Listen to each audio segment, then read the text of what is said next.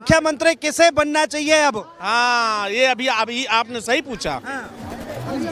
कौन से वो करोल बाग से जो जीते हैं, कौन से वो सरदार जी बहुत योग्य हैं। अच्छा। उनको बनाना चाहिए।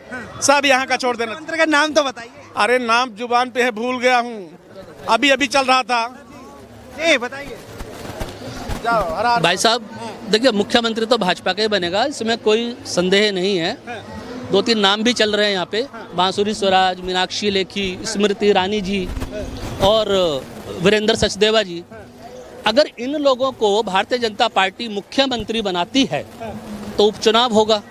तो अगर उपचुनाव करके ही इनको मुख्यमंत्री बनाना है तो सबसे बेहतर है कि योगी जी को दिल्ली का मुख्यमंत्री बना दो। अच्छा। भाई उपचुनाव भी तो कराना है, वहाँ पे तो 2-2 मुख्यमंत्री ऐसे ही बैठे हुए हैं खाली बेचारे, सिर्फ सेवा कर रहे हैं, वो कार्य नहीं कर पा रहे क्योंकि योगी जी वहाँ पर बैठे हुए हैं। तो योगी जी को दिल्ली ले आए भारतीय जनता पार्टी, इससे भारतीय जनता पार्टी के अंतर कलह भी बंद हो जाएंगे और योगी जी को यहाँ पर मालूम पड़ेगा कि दिल्ली में कैसे जमुना साफ योगी जी पे भी आता हूँ। योगी जी पे भी एक बात बताइए, आम आदमी पार्टी ने लगातार आरोप लगाया कि ये गाली गलौज करने वाली पार्टी है, लोगों को तोड़ने वाली पार्टी है। अब क्या लग रहा है? हम तो समझते हैं कि गाली गलौज सबसे ज़्यादा केजरीवाल ने शुरुआत की। अच्छा। शुरुआत इसकी आई है गाली गलौज करते करते, सबको चोर बना के, सबको झूठा बना के, सबको बेईमान बना के, यही उसका उद्देश्य था, सबसे लड़ाई करना। इनसे पंगाबाज तो कोई देखा ही नहीं आज तक, तो इससे बड़ा कोई गाली गलौज नहीं होता। गाली महिलाओं को 2500 रुपए मिलेंगे? क्यों नहीं मिलेंगे? जब वो बोला है तो मिलेंगे। अच्छा। 100% मिलेंगे महिलाओं को। जी बताइए। देखिए, एक बड़ी पुरानी कहावत है राजनीति के अंदर, राजनीति में नहीं कहूँगा, ये कहावत है कि जब गडरिये से नाराज होकर भेड़ें चली जाती हैं तो वो सीधे कसाई के पास ही जाती हैं। ठीक है, यही हालत आजकल राजनीति के अंदर चल रही है कि वो अच्छा उसने गाली दे दी, ये अच्छा उसने गाली दे दी। कोई भी अपने राजनीतिक धर्म को निभाने को तैयार नहीं है। हर तरह से तू मेरी पार्टी में आ जा, तू मेरी पार्टी में आ जा, तू 20 करोड़ ले ले, तू 10 करोड़ ले ले, यही चल रहा है। ठीक है, अभी जनमत इनको मिल गया है, अब ये अपने सारे वादे पूरे करें। 8 मार्च से पहले जो वादा किया आपने अपने संकल्प पत्र में, मोदी जी ने कहा ये मेरी गारंटी है, 8 मार्च से पहले दिल्ली की सभी महिलाओं के खाते में 2500 रुपया 5 सालों तक हर महीने आने चाहिए। हम मोदी जी से मांग करते हैं, अब ये मोदी जी की गारंटी होनी चाहिए, ये जुमला नहीं होनी चाहिए कि हम ये तो जुमला हो गया, चुनाव जीत गए तो जुमला हो गया। इस बात को आप पारित करो विधानसभा के पहले सत्र के अंदर। आप कहते हो हम सीएजी रिपोर्ट पेश करेंगे, अरे भाई महिलाओं के कल्याण की योजनाओं को बात बताइए। एक तरफ जो है मुख्यमंत्री का चुनाव हो रहा है कि कौन मुख्यमंत्री बनेगा दिल्ली में, कौन जो है शपथ लेगा, और दूसरी तरफ मणिपुर में एन बीरेन सिंह भारतीय जनता पार्टी का मुख्यमंत्री, उन्होंने जो है इस्तीफा दे दिया है। भारतीय जनता पार्टी के अंदर अपनी पार्टी के आंतरिक संविधान के नाम पर सिर्फ आत्महत्या लिखी है। ये वो पार्टी है जो जेपी नड्डा का कार्यकाल लगातार 4 बार तक बढ़ा के आ चुके हैं। क्यों नहीं अपने जेपी नड्डा का आप चुनाव करते हो, या अपने राष्ट्रीय अध्यक्ष का चुनाव नहीं करते? ये दिल्ली चुनाव के अंदर एक चेहरा मुख्यमंत्री का नहीं देते, अब ये उसका चुनाव नहीं करते कि मोदी जी ट्रंप से मिल के आएंगे तो हम दिल्ली का सीएम घोषित करेंगे। ट्रंप बताएगा क्या दिल्ली में किसको मुख्यमंत्री बनाना? क्या ट्रंप साहब बताएंगे इस चीज़ को? अभी जो मुख्यमंत्री साहब ने इस्तीफा दिया है मणिपुर के अंदर, आज 21 महीने हो गए हैं, महिलाओं को निर्वस्त्र घुमाया गया सड़कों पर, और ये निर्लज्ज मुख्यमंत्री जिसने कल दिल्ली में आकर गृह मंत्री से बात की और इसको तुरंत फ्लाइट पकड़वा के मणिपुर भेजा गया और वहां से इसका इस्तीफा दिलवाया गया। यह सिर्फ मोदी के चेहरे की इज्जत बचाने की एक कवायद की गई है। सरकार गिर सकती है, इसका कारण है इनके पास संख्या बल नहीं है, और वहां पे अविश्वास प्रस्ताव कांग्रेस पार्टी ने दे रखा था, तो उनको मालूम था कि संख्या बल हमारे पास नहीं है, हमारी सरकार गिर जाएगी, तो मोदी के चेहरे की जो चमक है वो राजनीति में भुनाया गया। इसको मोदी है तो मुमकिन है उसकी थू हो जाएगी। क्या कहेंगे मणिपुर को लेकर? कहा जा रहा है कि मोदी जी विदेश जा रहे हैं, मणिपुर नहीं।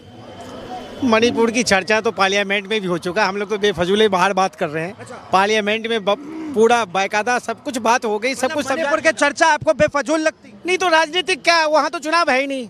अब इनको सारा सूत्र के हवाले से इनको पता है, उन्हें दुख सहा, उन्हें इंसाफ नहीं मिलना चाहिए। इंसाफ के लिए सरकार है ना, वहाँ पे सरकार है, सुप्रीम कोर्ट आकर नहीं मिला। विदेश जा रहे हैं दौरा करने, पिछले 21 महीने से नहीं गए मणिपुर। क्यों नहीं जाएंगे?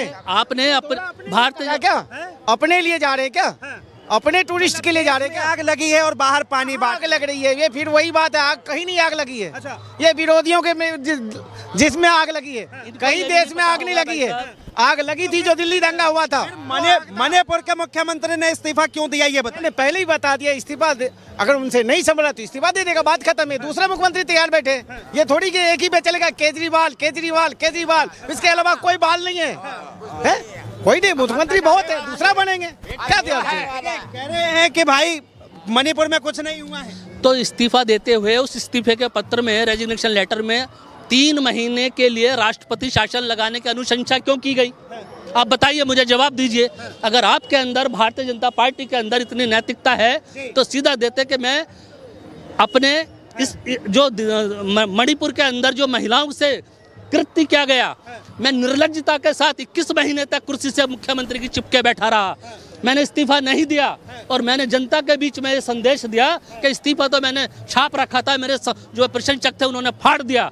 झूठ बोलती है भारतीय जनता पार्टी। जो महिलाओं को नंगा घुमाया जाए सड़कों पर और सच मानते हैं। हाँ, वो तो मानते ही हैं, जो हुआ है वो तो निर्दयनीय है। जो दुर्दशा सही थी, बिल्कुल सही नहीं था, कहीं भी हुआ। हम तो ये भी मानते हैं जो दिल्ली में स्वाति मालीवाल के साथ वो भी गलत था। तो उसमें कहाँ तब मैं क्या करूँ? मैं तो सबका, सब तो मणिपुर का भी जाएंगे, बंगाल भी जाएंगे, अबे भी जाएंगे। तो भाई ये शुरुआत जहाँ से हुई वहाँ चलेंगे ना, पहले मणिपुर चलते हैं। पहले तो संदेश खाली है मणिपुर, पहले मणिपुर से पहले भी हुई है, पहले मणिपुर। हाँ, तो मणिपुर पे सवाल उठेगा तो संदेश खाली पे भी उठेगा ना, दिल्ली पे भी उठेगी ना, बंगाल पे भी उठेगा ना।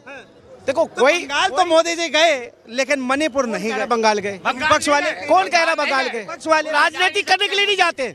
मणिपुर में गृह मंत्रालय का सब कुछ वहाँ लगा हुआ है, मुख्यमंत्री वहाँ है। आप कैसे करोगे बीजेपी वहाँ गई नहीं? जब बीजेपी की मुख्यमंत्री वहाँ पे, राज्यपाल वहाँ पे, केंद्र के अधीन सब कुछ वहाँ चल रहा है, तो मोदी को जाना हर जगह मोदी जाएगा, यहाँ चांदनी चौक में मोदी आएगा। जो है एक सीएम का इस्तीफा ले रहे हैं, दिल्ली में सीएम फेस डिसाइड नहीं। आप सीएम की इस्तीफा कह रहे हो, अगर नहीं चलेगा, नहीं सुधरेगा तो राष्ट्रपति शासन भी लगा सकते हैं। इतना पावर है, अगर नहीं सुधरेगा तो राष्ट्रपति शासन लगा के भी सुधार सकते हैं। नेता कह रहे कि अभी भी मोदी जी से मणिपुर काबू में नहीं है, काबू में नहीं है। तो उसके बाद कौन सा हुआ दंगा? अब क्या हो रहा है सर? कुछ हो रहा है क्या? सुन लीजिए, कुछ हो रहा है क्या? इनको जब यही नहीं पता कि मणिपुर के अंदर कितना अत्याचार वहाँ के नागरिकों पे हुआ। सबसे पहली बात मैं आपको बता देता हूँ, मणिपुर एक पूर्ण राज्य है, वहाँ पे मुख्यमंत्री बैठते हैं, वहाँ पे राज्यपाल बैठते हैं। दिल्ली एक अधूरा प्रदेश है, एक केंद्र शासित प्रदेश है। मोदी जी को चिंता दिल्ली की है, मणिपुर की नहीं है। अभी जाएंगे वो मणिपुर के पास में कोई जगह पे उनका प्रोग्राम है फरवरी या मार्च में जाने का, 20 फरवरी के आसपास में। वहाँ से सिर्फ 60 किलोमीटर की दूरी है मणिपुर की। मोदी जी को जाना चाहिए, एक संदेश देना चाहिए। अब जाके फ़ायदा क्या? अब तो राष्ट्रपति शासन लगाने की अनुशंसा 3 महीने के लिए आपने कर दी है। अगर आपकी कार्यशैली इतनी ही अच्छी थी तो राष्ट्रपति शासन 11 महीने पहले क्यों नहीं लगाया, ताकि वो जो जान माल का नुकसान हुआ है, लोगों की संपत्तियाँ छीन ली गई, घरों को आग लगा दी गई, लोग छोड़ के मणिपुर से विस्थापित कर दिए गए।